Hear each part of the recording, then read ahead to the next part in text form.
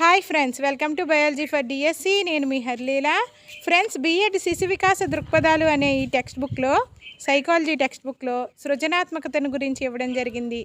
Creativity లేదా సృజనాత్మకతను గురించి డిస్కస్ చేద్దాం. వీడియోలోకి వెళ్ళే ముందు బయాలజీ ఫర్ డిఎస్సి ఛానల్ని లైక్, షేర్, సబ్స్క్రైబ్ చేయండి. Stay tuned and keep watching. సృజనాత్మకత, క్రియేటివిటీ మానవుని అభివృద్ధికి కారణం అతనిలోని సృజనాత్మకతే. ముద్రణ యంత్రాల తయారీ, కంప్యూటర్ ఆవిష్కరణ, ఇంటర్నెట్, వివిధ సామాజిక మాధ్యమాలు, యంత్రాలు అన్నీ కూడా మానవుని సృజనాత్మకతకు ఉదాహరణలే. మానవుడి అభివృద్ధికి కారణం అతనిలోని సృజనాత్మకతే. ముద్రణ యంత్రాల తయారీ, కంప్యూటర్ ఆవిష్కరణ, ఇంటర్నెట్, వివిధ సామాజిక మాధ్యమాలు అంటే సోషల్ మీడియా, యూట్యూబ్, వాట్సాప్, ఇటువంటివి సామాజిక మాధ్యమాలు, యంత్రాలు అన్నీ కూడా మానవుని సృజనాత్మకతకు ఉదాహరణలే. సృజనాత్మకత వ్యక్తిని నూతన ఆవిష్కరణలు చేసేలాగా, పాత ఆవిష్కరణలను సాధనంగా తీర్చిదిద్దేలా చేస్తుంది. సృజనాత్మకత ఏం చేస్తుంది? నూతన ఆవిష్కరణలు చేసేలాగా, పాత ఆవిష్కరణలను సాధనంగా తీర్చిదిద్దేలాగా చేస్తుంది. నూతన ఆవిష్కరణలు చేసేలాగా, పాత ఆవిష్కరణలు సాధనంగా తీర్చిదిద్దేలాగా చేస్తుంది. ఒక్కొక్క ఆవిష్కరణ కూడా ఒక్కొక్క ప్రత్యేకత. పిల్లలలో సృజనాత్మకతను గుర్తించి ప్రోత్సహించాల్సిన బాధ్యత మనందరిది. మనోవైజ్ఞానికవేత్తలు సృజనాత్మకతను అనేక రకాలుగా నిర్వచించారు. సృజనాత్మకత వ్యక్తిని నూతన ఆవిష్కరణలు చేసేలాగా, పాత ఆవిష్కరణలను సాధనంగా తీర్చిదిద్దేలాగా చేస్తుంది. సృజనాత్మకత వ్యక్తిని నూతన ఆవిష్కరణలు చేసేలాగా, పాత ఆవిష్కరణలను సాధనంగా తీర్చిదిద్దేలాగా చేస్తుంది. ఒక్కొక్క ఆవిష్కరణ కూడా ఒక్కొక్క ప్రత్యేకత. పిల్లల్లో సృజనాత్మకతను గుర్తించి ప్రోత్సహించాల్సిన బాధ్యత మనందరిది. మనోవైజ్ఞానికవేత్తలు సృజనాత్మకతను అనేక రకాలుగా నిర్వచించారు. నెక్స్ట్, చాప్లిన్ ప్రకారం ఆలోచనలలో కొత్త సంబంధాన్ని చూసి వెంటనే వ్యక్తీకరించడమే సృజనాత్మకత. చాప్లిన్ ప్రకారం ఆలోచనలలో కొత్త సంబంధాన్ని చూసి వెంటనే వ్యక్తీకరించడమే సృజనాత్మకత. చాప్లిన్, ఎన్ అంటే ఏంటి? న్యూ. ఇక్కడ కొత్త సంబంధం. చాప్లిన్, ఎన్ అంటే చాప్లిన్లో ఎన్ అంటే కొత్త సంబంధం, న్యూ. చాప్లిన్ ప్రకారం ఆలోచనలో కొత్త సంబంధాన్ని చూసి వెంటనే వ్యక్తీకరించడమే సృజనాత్మకత. నెక్స్ట్, గిల్ఫర్డ్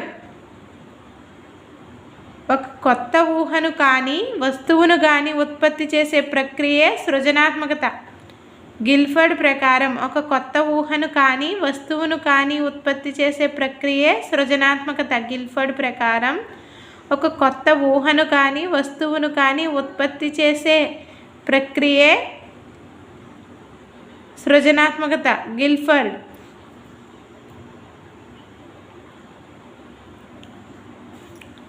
గిల్ఫర్డ్ ప్రకారం ఒక కొత్త ఊహను కానీ వస్తువును కానీ ఉత్పత్తి చేసే ప్రక్రియ. గిల్ అంటే ఇక్కడ మనకి ఏం గుర్తు రావాలి? మిల్లు గుర్తుకు రావాలి. మిల్లులో ఏమవుతుంది? ఉత్పత్తి అవుతుంది. గిల్ఫర్డ్, మిల్ఫర్డ్. గిల్ అంటే ఇక్కడ మిల్లులో ఉత్పత్తి చేస్తారు కాబట్టి అలా గుర్తుపెట్టుకోవచ్చు. గిల్ఫర్డ్. చాప్లిన్లో ఎన్ అంటే న్యూ, కొత్త సంబంధం. నెక్స్ట్, స్టాగ్నర్, కార్వోస్కీల ప్రకారం పూర్తిగా లేదా పాక్షికంగా నూతన గుర్తింపు ఉత్పత్తి చేయడమే సృజనాత్మకత. స్టాగ్నర్, కార్వోస్కీల ప్రకారం పూర్తిగా లేదా పాక్షికంగా నూతన గుర్తింపు ఉత్పత్తి చేయడమే సృజనాత్మకత. స్టాగ్నర్, కార్వోస్కీల ప్రకారం పూర్తిగా లేదా పాక్షికంగా నూతన గుర్తింపును ఉత్పత్తి చేయడమే సృజనాత్మకత. గిల్ఫర్డ్, టోరెన్స్ వంటి వారు సృజనాత్మకతపై అనేక ప్రయోగాలు చేశారు. సృజనాత్మకత భావన ఎంతో ప్రాచీనమైనదైనప్పటికీ మనోవిజ్ఞాన శాస్త్ర అంశంగా దానిని మొదటిసారిగా ప్రస్తావించిన వారు జేడి గిల్ఫర్డ్. సృజనాత్మకత భావన ఎంతో ప్రాచీనమైనది అయినప్పటికీ మనోవిజ్ఞాన శాస్త్ర అంశంగా దాన్ని మొదటిసారిగా ప్రస్తావించిన వారు ఎవరు? JD Guilford. అంటే ఇది ఒక సైకాలజీకి చెందిన అంశంగా భావించిన వారు ఎవరంటే జేడి గిల్ఫర్డ్. గిల్ఫర్డ్ ధారాళత, నమ్రత, సహజత్వం, పునర్నిర్వచనం, సమస్యల పట్ల సున్నితత్వం అనేవి సృజనాత్మకత లక్షణాలుగా పేర్కొన్నారు. గిల్ఫర్డ్ ధారాళత, నమ్రత, సహజత్వం, పునర్నిర్వచనం, సమస్యల పట్ల సున్నితత్వం అనేవి సృజనాత్మకత లక్షణాలుగా పేర్కొన్నారు. సృజనాత్మకత లక్షణాలు ఏంటి? ధారాళత, నమ్రత, సహజత్వం, పునర్నిర్వచనం, సమస్యల పట్ల సున్నితత్వం, ఇవి సృజనాత్మకత యొక్క లక్షణాలుగా గిల్ఫర్డ్ పేర్కొన్నారు. నెక్స్ట్, సృజనాత్మకత ప్రక్రియలోని దశలు, stages of creativity. Graham Wallas తాను రచించిన ఆర్ట్ ఆఫ్ థాట్ అనే గ్రంథంలో సృజనాత్మకత ప్రక్రియలోని దశలను పేర్కొన్నారు. ఆయన సృజనాత్మకత ప్రక్రియ క్రింది అంశాలలో జరుగుతుందని తేల్చారు. గ్రాహం వల్లాస్ రచించిన గ్రంథం ఏంటి? Art of thought. Art of thought అనే గ్రంథంలో సృజనాత్మకత ప్రక్రియలోని దశలను పేర్కొన్నారు. గ్రాహం వల్లాస్ తాను రచించిన ఆర్ట్ ఆఫ్ థాట్ అనే గ్రంథంలో సృజనాత్మకత ప్రక్రియలోని దశలను పేర్కొన్నారు. ఆయన సృజనాత్మకత ప్రక్రియ క్రింది అంశాలలో జరుగుతుందని తేల్చారు. ఏంటది? సన్నాహ దశ.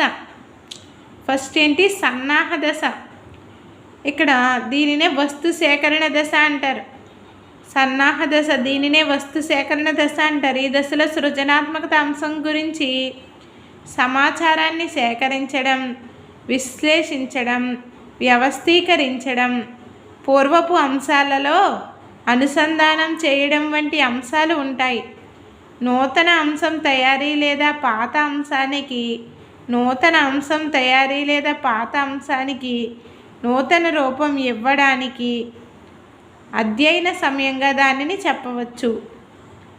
ఈ దశలో వివిధ పుస్తకాలు చదవటం, వ్యక్తులతో చర్చించడం వంటివి కూడా ఉండవచ్చు.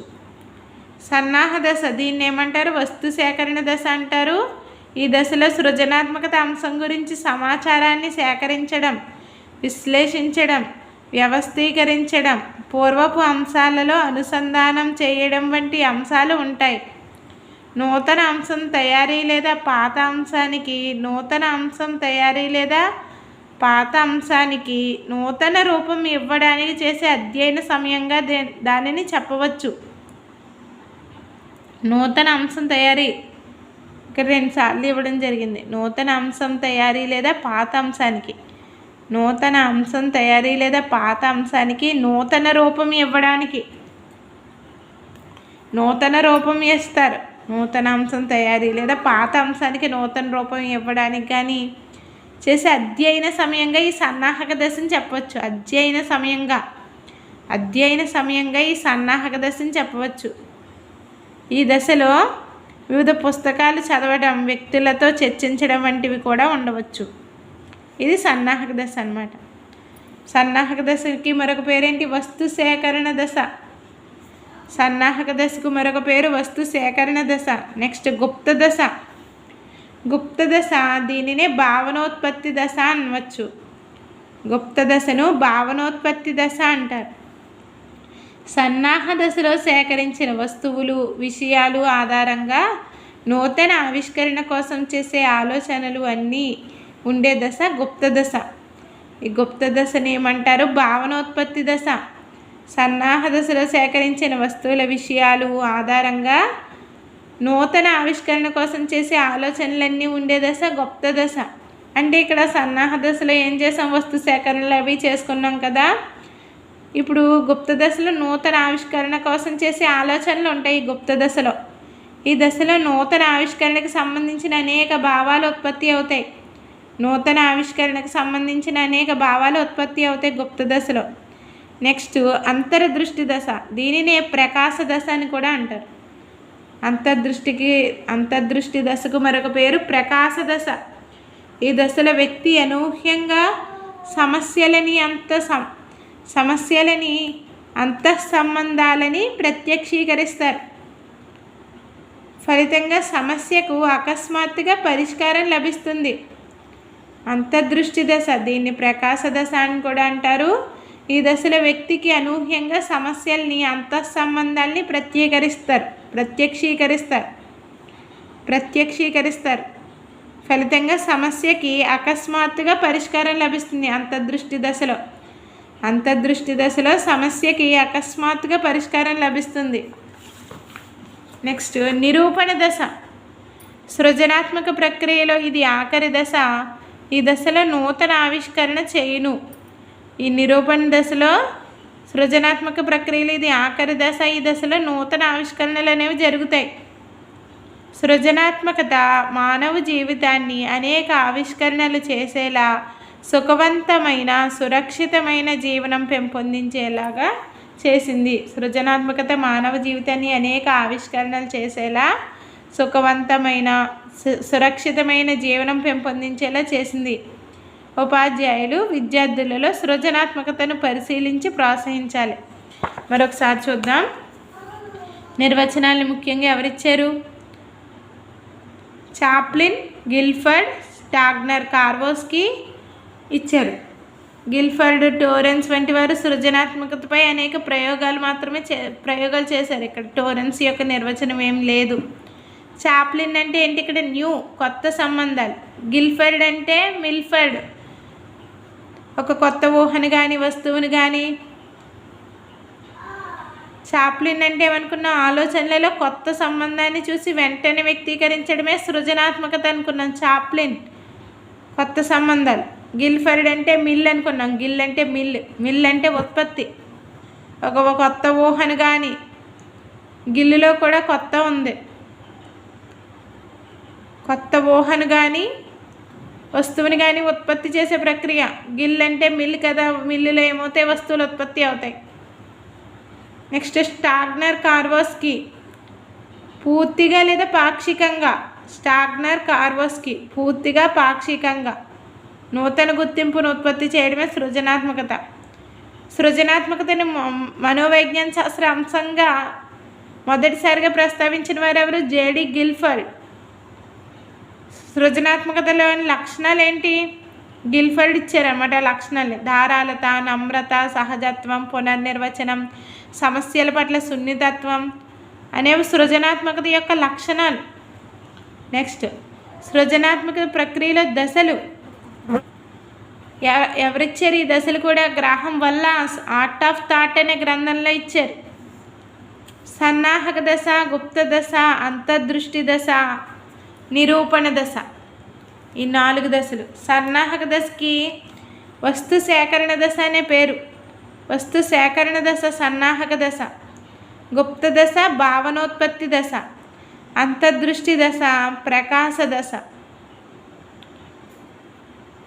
నిరూపణ దశ ఏమో ఆఖరి దశ, చివరి దశ.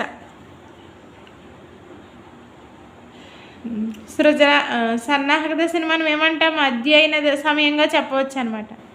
గుప్త దశలో నూతన ఆవిష్కరణలు చేసే ఆలోచనలన్నీ ఉండే దశ గుప్త దశ. అనేక భావాలు ఉత్పత్తి అవుతాయి గుప్త దశలో. అంతర్దృష్టి దశలో వ్యక్తి అనూహ్యంగా సమస్యలకి అంతఃసంబంధాల్ని ప్రత్యక్షీకరిస్తారు. అకస్మాత్తుగా పరిష్కారం లభిస్తుంది అంతర్దృష్టి దశలో.